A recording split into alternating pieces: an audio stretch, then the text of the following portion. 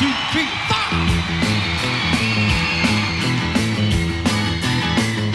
She was just 17. You know what I mean. And the way she looked was way beyond compare. Now I'll never dance with another. Since I saw her standing there.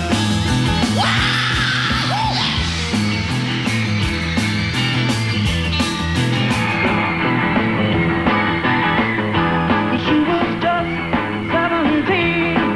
You know what I mean. And the way she looked was way beyond compare. I, to this day, don't quite know how it happened or why it happened. I don't think any of us really know.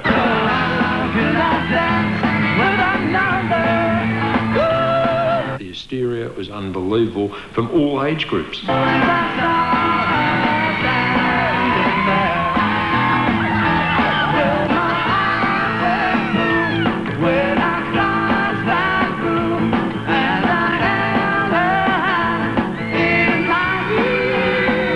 What interested me was being on the inside of all this hysteria. I felt a prisoner. The worst feature of it was the feeling of imprisonment, that you could never go out.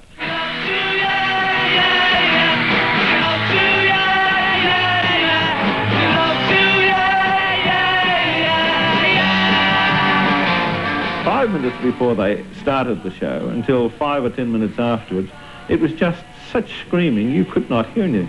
In fact, the concerts were rather poor because they were out of tune, out of beat often, because they couldn't hear themselves. Safe trip home. Thanks very much. I'll get your hand off my knee. I hear that you're going to give some poetry recital. I hear you're going to give some poetry recital. Beethoven's poems. The best thing was their sense of humour and their wit. Unlike many rock and roll stars since and before, they weren't monosyllabic, thank God. John, have you ever been interviewed 34,000 feet above sea level before? No. John was the one I got on best with. He was probably the most devilish too. The people are great. I don't think I've met any funny people that I didn't like, even the egg throwers that we met. They turned out to be quite okay. Get down, will you? We're on telly here.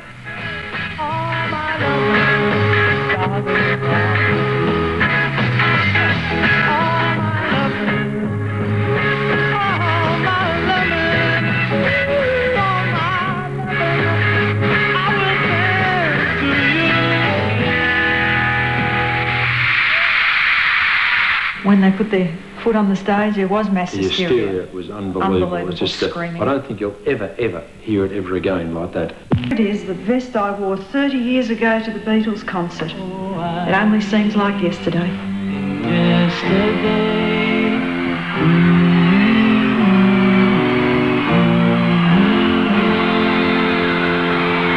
It's almost now a badge of honour for girls to say I slept with the Beatles, or at least suggest that they might have and leave a little bit of doubt there. Well, she was just 17, and you know what I mean.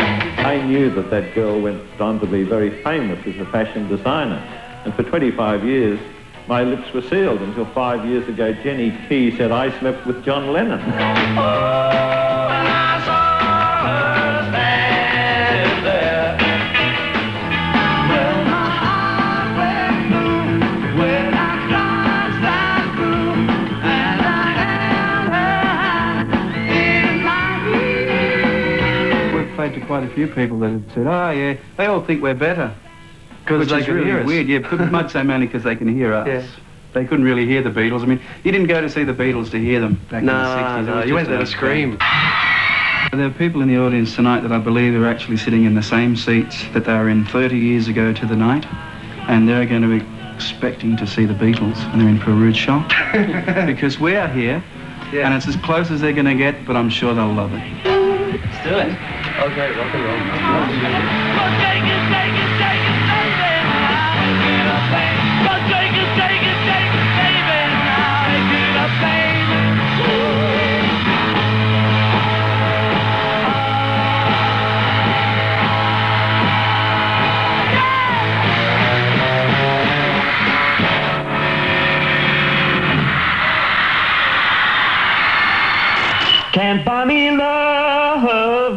Well, it seems that the Liverpool lads, the Mop Tops, didn't have to buy any love on their Australian tour.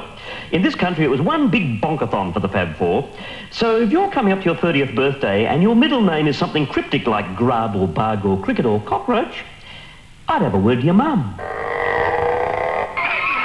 Thank you very much, everyone. Hello, how are you? There's just a hint of Liverpool in the voice. The look is all 60s, and there is, of course, that unmistakable Mersey sound. She loved me, yeah, yeah, yeah. She loved me, yeah, yeah, yeah. She loved me, yeah, yeah, yeah. But this is Western Sydney in 1994.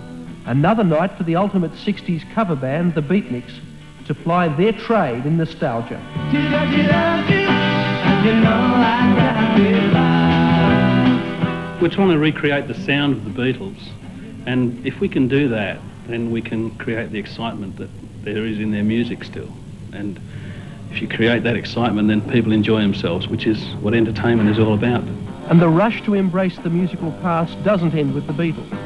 Around the country on any Saturday night, an army of bands are busy recreating the 60s and the 70s. It's a trend well at odds with the music that prides itself with innovation and rebellion. But the audiences seem to love it.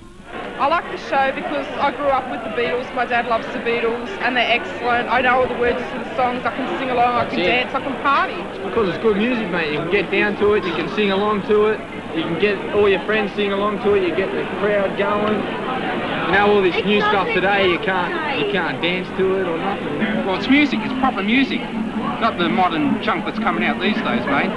You know, the house music and rap music, that's not music. When you're going out these days spending $1, you want to know what you're getting. You can take a risk on a band that's may or may not be good. Though you may like the songs, you may not like the songs, whereas with what we're playing, you basically know what you're going to get. And the Beatniks aren't the only ones cashing in on hits and memories. There she was, just walking down the street singing. You make my heart. The obsession with the past is reflected in the charts too. A random look at the top 20 albums last month is fascinating. It shows over half the list is made up of greatest hits by established stars like Bryan Adams, remakes of old hits by Frank Sinatra, or simply reissues of classic 60s rock. For some, this adds up to an industry that's in crisis. It's not terminal, but it's very, very unhealthy. The reason I say this is that the record industry, particularly over the last 3 or 4 years, has come to increasingly depend, A, on a change of format, which is that they have been able to recycle a lot of old product by simply putting it onto CD. Just to drive the point home, on the day we spoke to Bruce Elder, a swag of review copies arrived in the mail. Those releases were dominated by re-releases. That trend is reflected in the sales of the major music stores in Australia and other countries. Despite the rise of rap and dance, they tend to sell only singles. Heavy metal has a devoted following, but remains a tiny segment of the market. For many of the major music sellers, the old music rivals and even outsells the new. And they're wondering right now how they can get young people to come back into their stores. And the rock music industry's obsession with the past is clear. Major acts around at the moment, and there's virtually none of them that have people in them under 30. I mean, U2 are probably the biggest act in the world at the moment, the average age somewhere between 35 and 40. So we've got to accept the proposition that it is getting increasingly old and that we are not getting rows and rows and rows of younger generation rock musicians saying to the old people, get out of the way, we've got something important new to say. Well, if your baby leaves you, you gotta tell the tale. Well, just take a walk down the street to Heartbreak Hotel. Of course, rock hasn't always been weighed down by its aristocracy. When Elvis and Chuck Berry created rock and roll, they did so in the face of overwhelming opposition from other sections of the music industry. Elvis was a guy who came along in 1956, 57, when we were listening to Perry Como and Eddie Fisher and the Andrews Sisters.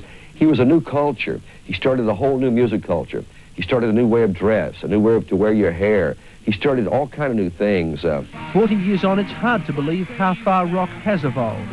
But most critics agree rock has always been most creative when the musicians take total control of their work. It was the young bands, the Beatles and the Rolling Stones, who actually got control of the creative process, and it was they and their relatively young managers who were running, you know, sort of the entertainment industry and thus the tastes of the world. That wasn't allowed to continue. By the 70s, you had the corporate structure had reinvented itself. You know, the large record companies had taken over. Accountants and lawyers and sponsors were calling the shots. With the brief hiccup of punk rock, the power of the music corporations has remained. When you head to a major music retailer, despite all the labels, 5 companies effectively control the music you buy. Increasingly, executives are a similar age to me. Therefore, they tend to play safe. They are not out there looking and saying, hey, there's a hot young group of 18-year-olds.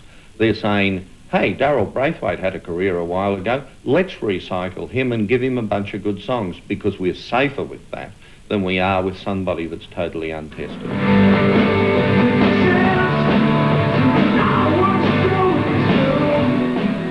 The obsession with the past is bad news for young up-and-coming bands. UMI have been described by visiting artists as the best live band in the world. They have a record deal. They're asked to play at music awards, but they find it almost impossible to get airplay in Australia. Like the early rockers, their music is considered too abrasive, not safe enough. And the problems for the rock industry don't end there. Music is finding real competition from video games. It's estimated the video and computer games industry is now catching, and in some cases passing, rock in its sales. All this leaves rock historian Glenn A. Baker uneasy. As someone who's spent his life documenting the power of rock, he's now ready to admit the show may well be over. Music forms do have finite lifespans, there's no question about it. Ragtime died, cakewalk died, big bands died, swing died. They have their eras and they end. And I really believe that rock has died. Don't ask me exactly when, but I think we're all just dancing in the ashes.